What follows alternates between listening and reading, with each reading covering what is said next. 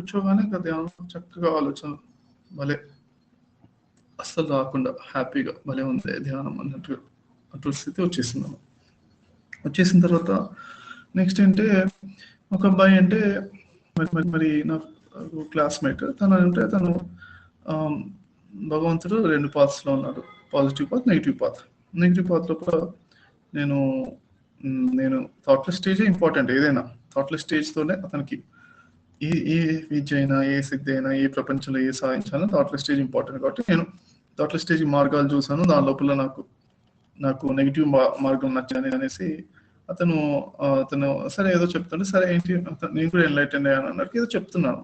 అంటే నేను కూడా భగవంతుడినే నేను అయిపోయాను అనుకుంటాను. సరే అని ఏంటి తన పాత ఏంటి అంటే అని రీసెర్చ్ అంటే కొంచెం ఏదైనా మనం ఎక్స్పెరిమెంట్ చేయాలి కదా. ఒక నెగిటివ్ పాత్ లో ఉన్నా అనమాట. సరే అంతే, ఒక రోజు అలా వెళ్ళొచ్చాను కానీ తనతో వెళ్ళి ఒక ఎక్స్పెరిమెంట్ చేసిన వెంటనే నాకు అంటే ఆరా అంతా కూడా వెళ్ళిపోయింది అనమాట. వెళ్ళిపోయేసరికి శక్తి అంతా కూడా క్షీణించిపోయింది అనమాట. అంటే నాకు ఇక మెడిటేషన్ కూర్చోగా మళ్ళీ థాట్స్ వచ్చేస్తున్నాయి మొత్తం.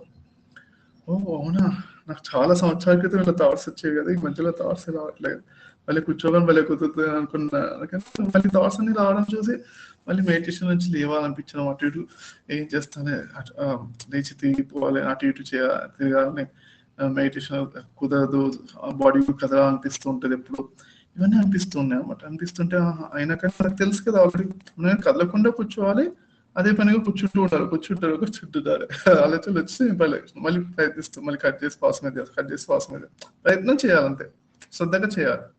అలా చేస్తూ 1 వీక్ తర్వాత మళ్ళీ నా ఆరా రిస్టోర్ అయింది. 1 వీక్ తర్వాత మళ్ళీ ఆలోచన రైతు స్థితి వచ్చేసింది అనమాట.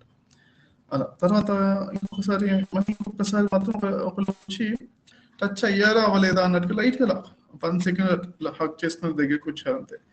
వచ్చిన వెంటనే ఆ రోజు నేను బయట ఉన్నాను అనమాట. యాక్చువల్ బయట ఉన్నప్పుడు అంటే మనము మన ఇంట్లో మన ప్రెమిసెస్ లో లేవు, వేరే చోట్ల ఉన్నప్పుడు అక్కడికి తగ్గట్టుగా మనము అక్కడ నడుము వాల్చి పడుకుంటాం కదా, అలా రాని సిచ్యువేషన్ గ్రూప్ లో ఉన్నాను అనమాట.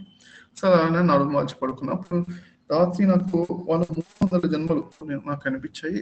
క్లియర్ గా నేను చూసాను 300 జన్మలు ఎన్ని కష్టాలు పడింది, అన్ని సఫరింగ్ ఎక్కువ ఉన్న జన్మలే. అవన్నీ చూసాను అనమాట. చూసేసరికి పొద్దున్న లేసరికి మళ్ళీ నా ఆరా అంతా వెళ్ళిపోయింది, మళ్ళీ ఆలోచనలు రావడం స్టార్ట్ అయింది. నాకు కూడా అర్థమైపోతుంది నా ఆరా అంటే ఇప్పుడు మన లోపల ఎంజాయ్ చేస్తే లోపల బయట మన ఆరా లోపల కూడా ఒక హ్యాపీనెస్ ఉంటుంది అనమాట. మన బయట కూడా ఉన్న అణువుల పట్ల అవేర్నెస్ ఉంటుంది, ఆ అవేర్నెస్ తో పాటు హ్యాపీనెస్ ఉంటుంది. బయట ఉన్న మన శరీరం బయట ఉన్న శక్తి క్షేత్రంలో కూడా వాటి అన్నిటిపైన కూడా అవేర్నెస్ ఉంటుంది కదా. మనకి వెళ్ళిపోయింది, అర్థమైపోతుంది. ఆరా వెళ్ళిపోయిన మనకి ఆలోచనలు రావడం స్టార్ట్ అయింది. అలా మళ్ళీ ఒక 1 డే 24 hours పట్టింది. మళ్ళీ నెక్స్ట్ డే మార్నింగ్ కి మళ్ళీ రీస్టోర్ అయిపోయింది.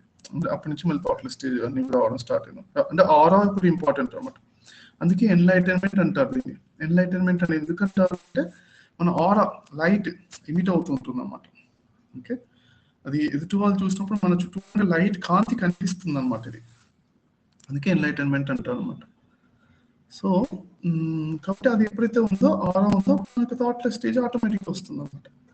అందుకే ఇది ఎనర్జీ యోగా కూడా బాగా హెల్ప్ అవుతుంది. ఎనర్జీ యోగా కూడా ఏమవుతుందో మనం రోజు ఎనర్జీ ఎక్సర్సైజ్ చేయడం వల్ల కూడా బాగా మన ఆరా షార్ట్ కట్ అయిపోతుంది అన్నమాట. ఎందుకంటే ఎనర్జీ యోగా ఏం చేస్తున్నాం, ఎనర్జీ కొంచెం మనం ఏదో ఎక్సర్సైజ్ చేస్తున్నాము, లేకపోతే ఎనర్జీ గురించి కొంచెం అవేర్నెస్ తో మనం అనుకుంటే ఎనర్జీస్ ఫీల్ అవుతూ షేర్ చేస్తున్నాము, ఎనర్జీస్ గమనిస్తే పెరుగుతాయి.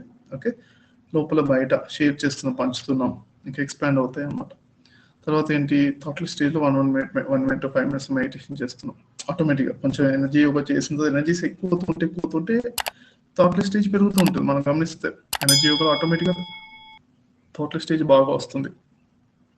ఓకే, ఆ థాట్లెస్ స్టేజ్ ప్లస్ ఆరా పెరగడం, ఎనర్జీ ఇప్పుడు నవ్వుతూ స్ట్రెచ్ హ్యాండ్స్ చేస్తుంటాం కదా, అలా చేస్తూ మనము మరి ఫాస్ట్గా ఎంటర్టైన్మెంట్కి అదొక మార్గం అన్నమాట. అయితే ఏంటి, ఎప్పుడు చేయాలి మరి ఎనర్జీ కొంచెం బ్యాలెన్స్గా ఉండాలన్నమాట. మళ్ళీ అందుకే ఎనర్జీ యోగాలో కొంచెం మళ్ళీ బ్యాలెన్స్ చేస్తున్నాం, మళ్ళీ థాట్లెస్ స్టేజ్లో కూర్చుంటున్నాం, అన్నీ కూడా బ్యాలెన్స్ చేస్తూ ఉండాలి. ఎనర్జీ కూడా ఎంత ఎక్కువ ఉండాలి అంటే మనం మరీ ఎక్కువైనా ఇబ్బందిగా అనిపించకూడదు. ఇబ్బంది ఎంజాయ్ చేస్తున్నంత ఎక్కువే అవ్వాలి, అది చూసుకోవాలన్నమాట. అందుకే నేను అంటాను ఎనర్జీని ఎలా బ్యాలెన్స్ చేయాలి. ఎవరైతే వంట వచ్చో వాళ్ళు బ్యాలెన్స్ చేయొచ్చు. ఎందుకంటే వంటలో సిమ్ చేస్తారు, మీడియంలో పెడతారు, హైలో పెడతారు, అవసరం ఆఫ్ చేస్తారు పొయ్యిని. మంటని. అలానే మన ఎనర్జీ కూడా అవసరమైతే పెంచొచ్చు, మీడియంలో పెట్టొచ్చు. అంటే బ్యాలెన్స్ చేసుకోవాలి కదా. కొంచెం ఎక్కువ అనిపిస్తే ఇబ్బందిగా కానీ అన్ఈజీగా అనిపిస్తే, ఎనర్జీ ఎక్కువ అనిపించిందంటే అది కొంచెం బ్యాలెన్స్ కొంచెం రిలాక్స్గా కూర్చోవడం, శాంతిగా నిదానమైన శ్వాసలు తీసుకోవడం, ప్రశాంతంగా కదలకుండా స్థిర సుఖాసనం కూర్చోవడం, అలా కొంచెం చిన్నగా మనం బ్యాలెన్స్ చేయడం. అవసరమైతే ఎనర్జీ యోగా కొంచెంసేపు ఆఫ్ చేయడం, అంటే కొంచెంసేపు పొయ్యి కట్టేస్తాం కదా, గ్యాస్ ఆఫ్ చేస్తాం, అలానే మనం ఎనర్జీ యోగా కొంచెంసేపు చేసి ఆఫ్ చేస్తాం. అవన్నీ కూడా చెక్ చేసుకోవాలి. అలానే మనము రోడ్డు మీద వెళ్ళేటప్పుడు కూడా ఇప్పుడు ఒక్కొక్కరికి ఒక్కొక్క బండి ఉంటుంది. ఇప్పుడు మన దగ్గర ఒక కార్ ఉందనుకో, కార్ లోపల ఒక స్పీడ్లో వెళ్తే స్పీడ్ బ్రేకర్ వేసినప్పుడు కరెక్ట్గా ఆపొచ్చు మనం. ఓకే, చిన్న కారుకి డిఫరెంట్, పెద్ద కారుకి డిఫరెంట్ ఉంటుంది. స్పీడ్ బ్రేకర్ ఉన్నప్పుడు అసలు అది ఎక్కువ మరీ తక్కువ స్పీడ్ చేయాల్సిన అవసరం, కొన్ని షాక్ అబ్జర్వర్స్ మంచిగా ఉంటాయి ఆ కారుని బట్టి. అలానే స్కూటీ కానీ ఇలా అన్ని కానీ చిన్న బండిలు ఉన్నాయనుకో, ఆ బండి లోపల మనం వెళ్ళేటప్పుడు స్పీడు అక్కడ 45 మెయింటైన్ చేస్తే 45 వెళ్ళాలి, లేకపోతే 40 వెళ్ళాలి. మన బండి లేకపోతే అది ఎక్కువ బ్రేక్ వేసినా ఆగనప్పుడు 45 మెయింటైన్ 45 వెళ్ళాలి. అదే మంచి పవర్ఫుల్ బైక్ ఉందనుకో, అది గేర్ల బండి కానీ హార్లీ డేవిడ్సన్ ఇలా కొంచెం చాలా పాజిటివ్ బైక్, అంటే మంచి షాక్ అబ్జర్వర్స్ మంచి భలే ఉంది. బ్రేక్ కూడా డిస్క్ బ్రేక్ లో టెక్నాలజీ బ్రేక్స్ అన్ని ఉండి వెళ్తున్నాం అనుకో, అప్పుడు 45 అక్కడ ఉన్నా కానీ మనం ఒకవేళ 50లో కానీ 60లో వెళ్ళినా కానీ అక్కడ బ్రేక్ వేసినప్పుడు అదే ఈజీ కంట్రోల్ అవుతుంది. మనకు ఇంత బండికి మధ్యలో డిఫరెన్స్ ఉంది కదా, అది మనకే అర్థమవుతుంది కదా. అది బండిని బట్టి ఉంటుంది కదా. అట్లే బండిని బట్టి అక్కడ ఎంత బ్రేక్ వేయాలో అంత బ్రేక్ వేసి మనం చూసుకుని మనం వేస్తాం కదా. మనం బండి మార్చినప్పుడు మళ్ళీ ఆటోమేటిక్గా స్పీడ్ మార్చాలి కదా. అట్లే మన ఓన్ బండి అయితే మనకు తెలుస్తుంది కదా ఎంత స్పీడ్ వెళ్ళాలి. అక్కడ స్పీడ్ బ్రేకర్స్ అక్కడ రాస్తుంది, స్పీడ్ లిమిట్ ఇంత అని రాస్తుంది, కానీ అంతే వెళ్ళాలి కదా మనం.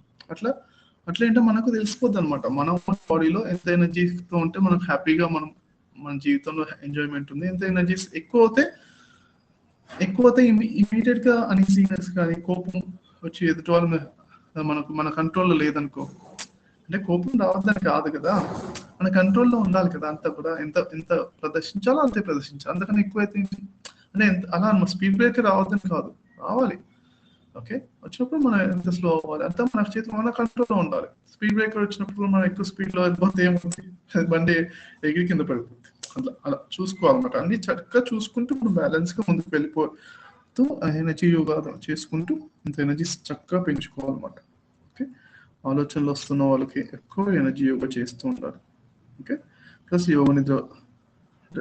ఎనర్జీ యోగా నిద్ర రెండు బ్యాలెన్స్గా చేసుకుంటూ ఉండాలి. అలా అనేది ఎలా చేయాలి, కుకింగ్ చేసే వాళ్ళు చేయొచ్చు, డ్రైవింగ్ చేసే వాళ్ళు ఆటోమేటిక్ ఎప్పుడు డ్రైవింగ్ చేసే వాళ్ళు బ్యాలెన్స్గా డ్రైవ్ చేస్తున్నారు, కుకింగ్ చేసే వాళ్ళు ఎప్పుడు బ్యాలెన్స్గా చేస్తారు. అట్లా మనం కూడా బ్యాలెన్స్గా చేసుకుంటూ వెళ్ళాలి, ఎనర్జీ పెంచుకుంటూ వెళ్ళాలి. ఎన్లైటన్మెంట్ యొక్క ప్రథమ భాగం.